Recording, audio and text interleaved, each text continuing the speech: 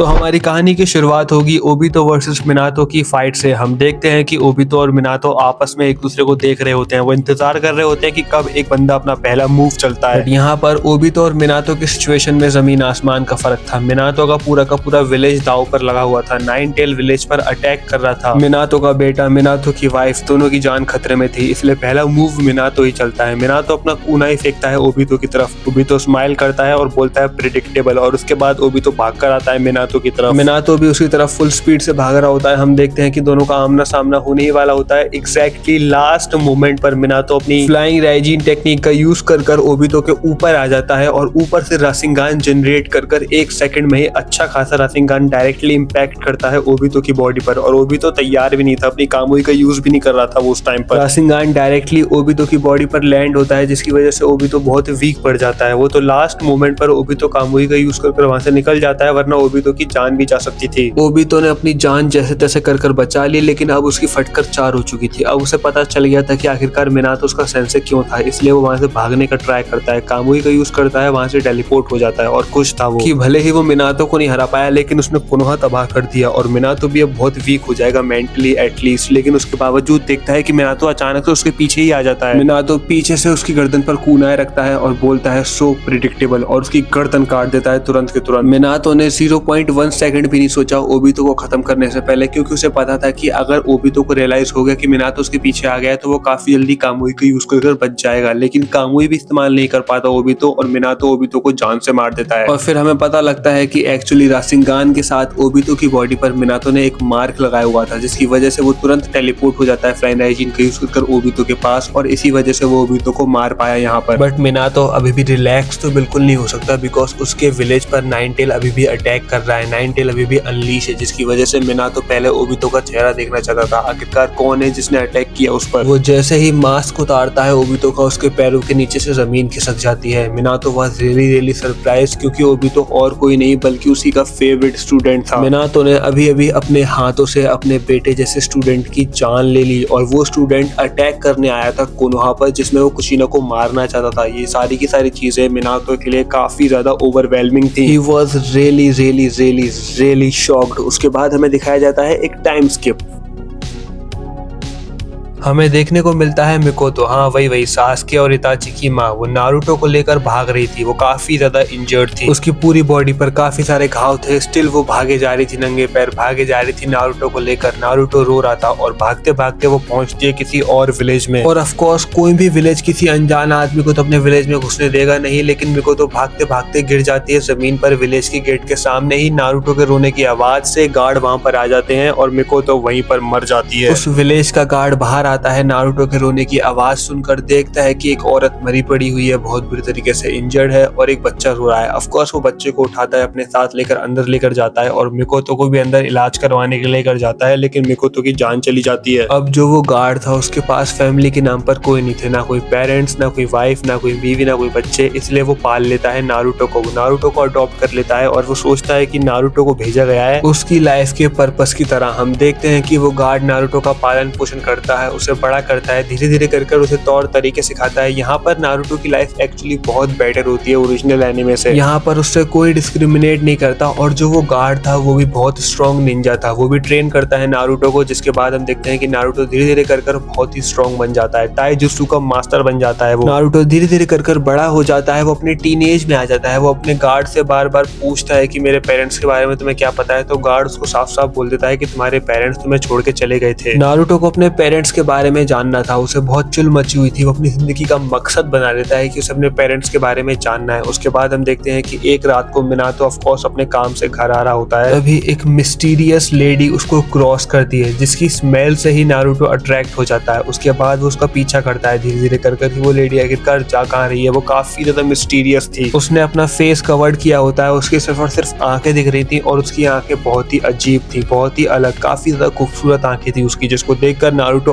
भी ज्यादा अट्रैक्ट हो जाता है। नारुतो उसका पीछा कर ही रहा होता है छुप छुप कर, तभी वो देखता है कि काफी सारे निंजास अचानक से आकर घेर लेते हैं उस लड़की को, जिसके बाद नारुतो तैयार होता है उसकी मदद करने के लिए, लेकिन वो लड़की अकेले भिड़ जाती है सभी के सभी निंजास से। वो सारे निंजास ट्रेंड निंजास थे, बच्चे नहीं थे, अडल्ट थे, लेकिन इस लड़की ने उन्हें बच्चों की तरह पेल दिया। नारुतो दूर से ये सब देख रहा होता है और अब उसे डर लगने लगता है उस लड़की से। वो सोचता है कि उसे यहाँ से निकलना चाहिए, लेकिन तभी उस लड़की का फेस रिवील हो जाता है फाइट के दौरान, और वो लड़की और कोई नहीं बल्कि हिनाता यूगा थी। और हिनाता का चेहरा देखकर तो हमारा नारुतो एकदम फ्लैट हो जाता है, एकदम लट्टू हो जाता है उस पर। वैसे तो हिनाता बहुत स्ट्रांगली काफी अच्छी तरीके से फाइट कर रही थी उन निंजास से, लेकिन वो निंजास बार बार उठ रहे थे और अब हिनाता भी थकने लगी थी। हिनाता को वो लोग घेर लेते हैं और तभी वहां पर नारुतो आता है उसे बचाने के लिए। नारुतो सिर्फ और सिर्फ हिनाता को इम्प्रेस करना चाहता था। उसके बाद हम देखते हैं कि नारुतो फाइट करता है बाकी सभी निंजास से और बहुत पिटता है, लेकिन ऑफ कोर्स नारुतो को पीट भी रहा था और हिनाता इसी चीज का यूज कर वहां से भागने में कामयाब रहती है, जिसके बाद नारुतो उससे थोड़ा सा गुस्सा हो जाता है। एक तो नारुतो की उसने मदद करी और उसके बाद वो वहां से निकल गई बिना थैंक यू बोले उससे। नारुतो ने उसके लिए इतनी मार खाई, उसका कुछ भी फायदा नहीं हुआ। वो थक चुका था, वो हार चुका था, उसको बहुत पिटाई का सामना करना पड़ा। आखिरकार वो सभी के सभी निंजास को हरा कर जैसे तैसे कर अपने घर पहुंचता है, लेकिन घर पर उसका इंतजार कर रही थी हिनाता। नारुतो हिनाता पर चिल्लाता है और बोलता है कि एक तो मैंने तुम्हारी जान बचाई, तुम्हारे लिए मैंने इतनी पिटाई खाई और ऊपर से थैंक यू बोलने के बजाय तुम मेरे घर में घुसकर मेरे ही फैमिली मेंबर को मारने की धमकी दे रही हो मुझे। हिनाता बोलती है कि मैं इस विलेज में तुम्हारे लिए ही आई हूँ, जिसके बाद नारुतो बहुत कंफ्यूज होता है, लेकिन तभी बाकी सारे यूगास वहाँ पे आ जाते हैं और उसके बाद हमें पता लगता है कि हिनाता अकेली नहीं है, बल्कि हिनाता अपनी पूरी की पूरी टोली के साथ आई थी। हिनाता अपनी पूरी की पूरी फैमिली के साथ आई थी, सारे के सारे यूगास थे उसके साथ, और वो सब आए थे नारुतो के लिए, क्योंकि नारुतो मिनातो का बेटा है और उसकी जरूरत है अभी उन लोगों को। ऑफ कोर्स नारुतो को तो अपने पेरेंट्स के बारे में जानना ही था। जैसे यूगास उसे बताते हैं कि तुम्हारे पेरेंट्स के बारे में हम तुम्हें सब कुछ बता देंगे, तो ऑफ कोर्स नारुतो बिना किसी दिक्कत के बैठ जाता है चुपचाप और सारी की सारी बात सुनने के लिए तैयार हो जाता है। उसके बाद हिनाता सुनाती है सालों पहले की कहानी नारुतो को। वो बताती है कि तुम्हारे पापा का नाम था मिनातो नामिकाजे, जो कि एक होकागे थे, 4th होकागे कोनोहा के। He was really strong, he was really brave, और वो काफी अच्छी फाइट करते थे और नारुतो एंजॉय कर रहा था भाई। ऑफ कोर्स अपने पेरेंट्स की बहादुरी के किस्से किसको पसंद नहीं आएंगे। उसके बाद वो सारी की सारी कहानी बताती है कि किस प्रकार मिनातो और कुशिना मिले, दोनों ने शादी करी। कुशिना वाज अ जिंजूरी की, और उस दिन जिस दिन नारुतो इस दुनिया में आया था उस दिन एक मास्क मैन ने अटैक किया था कोनोहा पर। मिनातो ने उस मास्क मैन से फाइट करी, उसे हरा दिया, और साथ में उसने जो 9 टेल अनलीश किया था उसको भी वापस सील कर दिया उसने नारुतो की मम्मी के अंदर ही, मतलब कुशिना के अंदर एक बार फिर से रीसील कर दिया उसने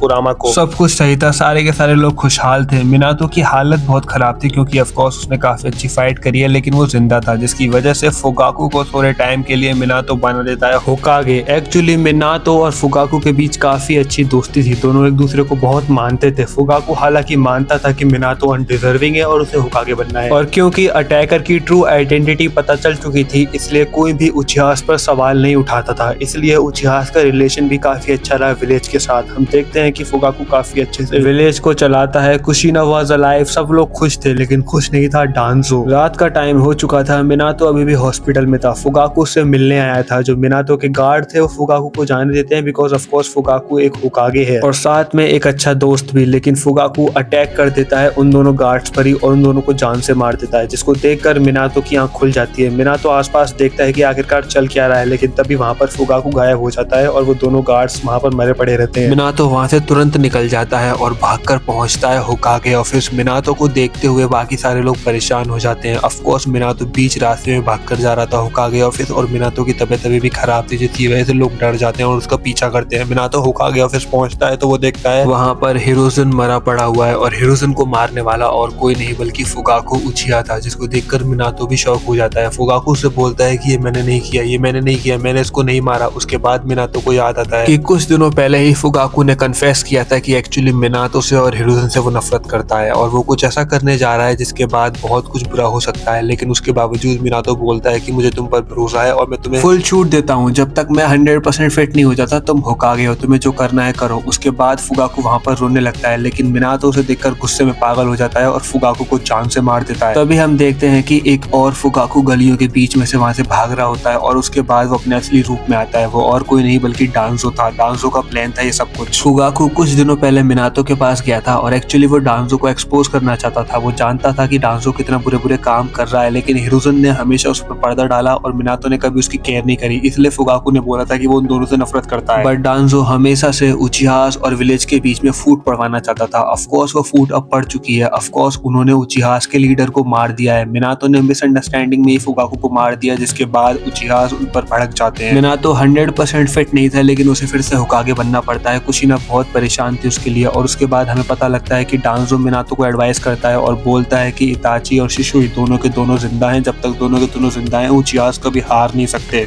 इताची अपने बाप की मौत का बदला लेना चाहता है और शिशुई उसका बेस्ट फ्रेंड है, तो हमेशा उसका साथ देगा ही। साथ में एक उनका छोटा बेटा भी है सासके, जो कि अभी छोटा है लेकिन आगे चलकर हमारे लिए बहुत परेशानी का सबक बन सकता है। इसलिए हमें उचिहास को अभी खत्म करना होगा। लेकिन मिनातो डांजो की बातों में नहीं आता। मिनातो अभी भी अपने आप को गिल्टी मानता है। वो सोचता है कि उस दिन उसे फुगाकू की बात सुन लेनी चाहिए थी, लेकिन डांजो समझ जाता है कि अब उसे मिनातो का भी कुछ करना पड़ेगा, वरना मिनातो उसके रास्ते में जरूर आएगा। जिसके बाद हम देखते हैं कि डांजो अपने आनबू कॉर्प्स का यूज कर अटैक करवा देता है उचिहास पर रात में, जब उचिहास बिल्कुल भी तैयार नहीं थे। एक सरप्राइज अटैक था, जिसकी वजह से इताची शिशुई सबके सब परेशान हो जाते हैं। मिनातो ने तो ऑफ कोर्स कोई भी ऑर्डर नहीं दिया था, लेकिन डांजो ने बिना उसकी बात को सुने अटैक करवा दिया उचिहास पर। उचिहास के लिए सरप्राइज अटैक था, जिसमें हजारों उचिहास मारे जाते हैं, और डांजो स्पेशली ढूंढ कर सासके को मारता है, बिकॉज डांजो को पता था कि इताची सासके से सबसे ज्यादा प्यार करता है। और उस टाइम पर ऑफ कोर्स उचिहास को लगा था कि ये विलेज की साजिश है उनके खिलाफ, मतलब मिनातो ने ऑर्डर दिए साफ साफ एलिमिनेट करने के लिए उचिहास को, और डांजो इस चीज में और फ्यूल डालता है। डांजो ने शिशुई को भेजा हुआ था विलेज से बाहर एक अलग स्पेशल मिशन के लिए, लेकिन वो मिशन और कुछ नहीं था बल्कि एक चाल थी। वो सिर्फ और सिर्फ शिशुई को फंसाना चाहता था, और वो यही करता है। शिशुई एक मिशन पर गया था विलेज से बाहर, लेकिन वो वापस लौटकर आ नहीं पाता। वो लोग शिशुई को मार भी देते हैं और उसकी शारिंगान भी ले आते हैं और डांजो को दे देते हैं, और जैसे ही शिशुई की शारिंगान आती है डांजो के पास, वो एकदम अनस्टॉपेबल बन जाता है। जब तक अगली सुबह का सूरज उगता है, तब तक 90% उचिहास की जो पॉपुलेशन थी वो खत्म हो चुकी थी। जिसके बाद हम देखते हैं कि इताची अपने भाई की लाश को लेकर रो रहा है। उसके बगल में उसकी माँ बैठी है। मिनातो को जैसे ही पता लगता है कि यहाँ पर क्या हो रहा है, मिनातो तुरंत बाहर निकलने की कोशिश करता है, लेकिन कुशिना उसे रोकती है। कुशिना बोलती है कि उचिहास और सारे के सारे विलेज वाले तुमसे गुस्सा हैं। लोगों को लगता है कि तुमने कल रात अटैक करवाया था उचिहास पर। मिनातो बोलता है कि फुगाकू ने जो उस दिन किया वो गलत था। मैंने सिर्फ और सिर्फ इसलिए उसे मारा। मैं उचिहास से नफरत नहीं करता, मुझे जाने दो। उसके बाद हम देखते हैं कि कुशिना बोलती है मुझे पता है, लेकिन उन लोगों को नहीं पता उचिहास तुम्हारे खून के प्यासे हैं। कुशिना बोलती है कि हमारी भलाई इसी में है कि हमें यहाँ से भाग जाना चाहिए। उसके बाद मिनातो बोलता है कि हम यहाँ से भागेंगे नहीं, मैं होकागे हूँ, मेरी कुछ रिस्पॉन्सिबिलिटी है। आखिरकार मेरे होते हुए इतने सारे निर्दोष लोग मारे कैसे गए? हालांकि मैंने उन्हें ऑर्डर नहीं दिया था, लेकिन उचिहास की मौत का जिम्मेदार मैं भी हूँ। तभी वहां पर आता है इताची और बोलता है बिल्कुल सही कहा, तुम ही जिम्मेदार हो। इताची की आंखें फुल ऑफ रेज थी। उसको देखकर ही पता लग रहा था कि इताची बहुत नफरत करता है मिनातो से और मिनातो को मारने ही आया है। मिनातो इताची से बोलता है कि देखो मेरी बात सुनो, मैं तुमसे बात करने ही आने वाला था। मैं साफ साफ बोल रहा हूँ कि कल जो हुआ उसमें मेरी कोई भी इन्वॉल्वमेंट नहीं थी। उचिहास और कोनोहा एक दूसरे के साथ हमेशा रहेंगे, हम दोनों को बात करनी चाहिए। और उसके बाद इताची बोलता है क्या तुम्हारी बातचीत से मेरी फैमिली वापस आएगी? पहले मेरे फादर को तुमने अपने हाथों से मारा और उसके बाद तुमने पूरी की पूरी प्लानिंग करी पूरे के पूरे उचिहा क्लैन को जड़ से उखाड़ने की। तुम नहीं बचोगे। उसके बाद हम देखते हैं कि बहुत सारे उचिहास घेर लेते हैं मिनातो कुशिना को। मिनातो बोलता है कि डोंट वरी, मैं यहाँ से तुम्हें निकाल लूंगा। उसके बाद मिनातो फ्लाइंग राइजिन का यूज करता है, नारुतो को उठाता है, कुशिना को लेकर वहां से टेलीपोर्ट हो जाता है। इताची बोलता है सभी उचिहास से कि आज मिनातो भागकर जाना नहीं चाहिए, आज अपने फादर का बदला लूंगा मैं। तभी हम देखते हैं कि मिनातो वहां से भाग रहा होता है कुशिना के साथ। बट ऑफ कोर्स पूरा का पूरा विलेज उनके खिलाफ था, तो वो कैसे बच सकते थे? पूरा का पूरा विलेज उन्हें मारने के लिए ढूंढ रहा था। जैसे जैसे कर वो लोग छुपे हुए थे, तभी उनके साथ आती है मिकोतो और मिकोतो बोलते हैं कि मेरे साथ चलो। मिकोतो उन्हें एक सीक्रेट टनल में लेके जाती है। मिनातो मिकोतो से बोलता है थैंक यू सो मच हमारी जान बचाने के लिए, और सॉरी बोलता है कि फुगाकू को उसने अपने हाथों से मार दिया। और उसके बाद मिकोतो बोलती है कि मैं बस इतना बोलूंगी कि मेरे जो हस्बैंड थे वो इनोसेंट थे। मेरे हस्बैंड हमेशा कोनोहा और उचिहास के लिए अच्छा ही करना चाहते थे, और ये चीज मैं तुम्हारे लिए नहीं कर रही हूँ। तुम्हारी जान मैंने तुम्हारे लिए नहीं बचाई है, मैंने ये जान बचाई है कुशिना के लिए, क्योंकि वो मेरी दोस्त है, और साथ में नारुतो के लिए एक छोटा सा बच्चा जिसका कोई भी कसूर नहीं है इन सब चीजों में। इन सब लड़ाइयों में मैंने भी अपना एक बच्चा खो दिया। सासकी उचिहा मेरा प्यारा बच्चा, वो भी इस दुनिया में नहीं रहा। उसके पीछे भी तुम जिम्मेदार हो, मुझे पता है, लेकिन उसके बावजूद तुम्हें मैं नहीं मारूंगी। तुम्हें मारने से मेरा पति या बच्चा वापस नहीं आ जाएगा, लेकिन इस बच्चे की जिंदगी तबाह हो जाएगी। उसके बाद मिनातो एक बार फिर से बोलता है कि मैंने तुम्हारे पति को मारा है, लेकिन तुम्हारे बच्चे को मारने में मेरा कोई भी हाथ नहीं था। मिकोतो मिनातो से बोलती है मुझे फर्क नहीं पड़ता, कोनोहा से भागकर चले जाओ वरना उचिहास तुम्हें छोड़ेंगे नहीं। मिनातो बोलता है कि मैं होकागे हूँ। मिकोतो बोलते हैं कि तुम्हारी लाइफ तुम्हारे लिए ज्यादा इंपॉर्टेंट है, और अगर तुम्हारी लाइफ तुम्हारे लिए इंपॉर्टेंट नहीं है तो एटलीस्ट अपने बच्चों के बारे में सोचो। मिनातो विलेज छोड़कर जाने के लिए तैयार नहीं था, लेकिन जब कुशिना जिद करती है तो वो मान जाता है। उसके बाद हम देखते हैं कि जैसे ही वो लोग टनल से बाहर निकलते हैं, वैसे ही वहां पर डांजो के आदमी आ जाते हैं, और डांजो के आदमी के साथ साथ वहां पर काफी सारे उचिहास भी आ जाते हैं, जिसमें से इताची भी होता है। इताची अपनी माँ से बोलता है कि मुझे आपसे ये उम्मीद उम्मीद नहीं थी। आप इन लोगों की मदद कर रहे हो जिन्होंने हमारा पूरा का पूरा परिवार खत्म कर दिया। उसके बाद मिकोतो बोलती है कि तुमने डांजो से हाथ मिला लिया, तुमने उस इंसान से हाथ मिला लिया जिससे तुम्हारे फादर नफरत करते थे। उसके बाद इताची बोलता है कि मेरे फादर को एटलीस्ट धोखा तो नहीं दिया डांजो ने, जो कि इसने दिया है। डांजो ने एटलीस्ट मुझे अपने शिनोबीज दिए ताकि मैं इससे अपना बदला ले सकूं। वैसे अगर तुम सोच रहे हो कि इताची इतना ब्लाइंड कैसे हो सकता है, आखिरकार इताची इतनी आसानी से कैसे आ सकता है डांजो की बातों में, तो भाई डांजो यूज कर रहा है शिशुई की शारिंगान का। एंड ऑफ कोर्स इताची है बहुत सेंसिबल आदमी, लेकिन अभी कुछ टाइम पहले ही उसने अपना बाप खोया और आज उसने अपना भाई भी खो दिया, तो ऑफ कोर्स वो काफी ज्यादा इमोशनली डैमेज्ड इंसान है। इताची एक्चुअली अभी मेंटली बहुत ही वीक है। जिसके बाद हम देखते हैं कि मिनातो फाइट करता है काफी सारे शिनोबी से अकेले। मिकोतो भी उसकी मदद करती है। कुशिना नारुतो को लेकर वहां से भाग रही होती है, लेकिन तभी काफी सारे शिनोबी घेर लेते हैं उसे, लेकिन तभी बीच में आ जाता है मिनातो फ्लाइंग राइजिन का यूज करके और सभी के सभी निंजास को मार देता है। और उसके बाद मिनातो बोलता है कि अब सिर्फ और सिर्फ एक ही रास्ता है यहाँ से निकलने का। मिनातो अपना फ्लाइंग राइजिन बहुत दूर फेंकता है और उसके बाद नारुतो पे अपना मार्क लगाता है और नारुतो को फ्लाइंग राइजिन का यूज करके टेलीपोर्ट करवा देता है कहीं और, जिसकी वजह से नारुतो भी फिलहाल के लिए सेफ है, लेकिन बाकी सब सेफ बिल्कुल भी नहीं है। मिनातो अभी भी 100% नहीं है, बट स्टिल वो जाता है एकदम टोटल बीस्ट मोड में और अकेले पूरी की पूरी आर्मी से भिड़ जाता है। मिनातो अकेले मिकोतो और कुशिना को बचाता है और बहुत सारे शिनोबीज को अकेले ही मार देता है। बट इताची प्लान के साथ आया हुआ था। इताची को पता था कि मिनातो को हराना तो बहुत मुश्किल होने वाला है, इसलिए वो क्या करता है, वो कुशिना को टारगेट करता है। जब मिकोतो बिजी थी लड़ने में और मिनातो लाशें बिछा रहा था, उसी बीच कुशिना पर अटैक करता है इताची और सीधे नाइन टेल को अपने वश में कर लेता है, जिसकी वजह से नाइन टेल एक बार फिर से अनलीश हो जाता है। इताची ने शारिंगान का यूज कर अनलीश कर दिया नाइन टेल, लेकिन उसे कंट्रोल करना नहीं आता था, जिसकी वजह से नाइन टेल उसी पर भारी पड़ देता है और हम देखते हैं कि इताची मर जाता है नाइन टेल की वजह से। मिकोतो उसके पास आती है, उससे बोलती है कि बेटे तुम्हें क्या हो गया। अब इताची दर्द में था, इताची मरने वाला था, इसलिए इताची फाइनली गेंजुत्सु तोड़ता है डांजो का और बोलता है कि I am really sorry mom, और उसके बाद मिकोतो की बाहों में अपनी जान को गवा देता है। मिनातो को कुछ समझ नहीं आ रहा था, सब कुछ बिखर चुका था, सब कुछ बर्बाद हो चुका था और मिनातो बोलता है कि ये सब मेरी ही गलती है, सब कुछ मैंने ही शुरू किया था तो मैं ही खत्म करूंगा। और उसके बाद मिनातो यूज करता है रिपर डेथ सील का। कुशिना को बचाने का सिर्फ और सिर्फ एक ही रास्ता था, वो था दोबारा सील करना नाइन टेल को कुशिना के अंदर। रिपर डेथ सील का यूज करता है मिनातो और एक बार फिर से कुशिना के अंदर नाइन टेल को सील कर देता है, लेकिन रिपर डेथ सील की वजह से वो खुद भी मारा जाता है। कुशिना बच तो गई, लेकिन उसकी हालत बहुत खराब है और मिनातो तो अपनी आखिरी सांसें ही गिन रहा है। मिनातो कुछ टाइम में मरने ही वाला है, लेकिन तभी मिनातो सेंस करता है कि काफी सारे शिनोबीज आ रहे हैं उनकी तरफ। हो सकता है कि डांजो ने भेजा हो उनको लाने के लिए, लेकिन मिनातो डर जाता है। मिनातो चिल्लाता है मिकोतो की तरफ और जैसे ही मिकोतो वो कूनाया पकड़ती है, वैसे ही अपने चाकरा का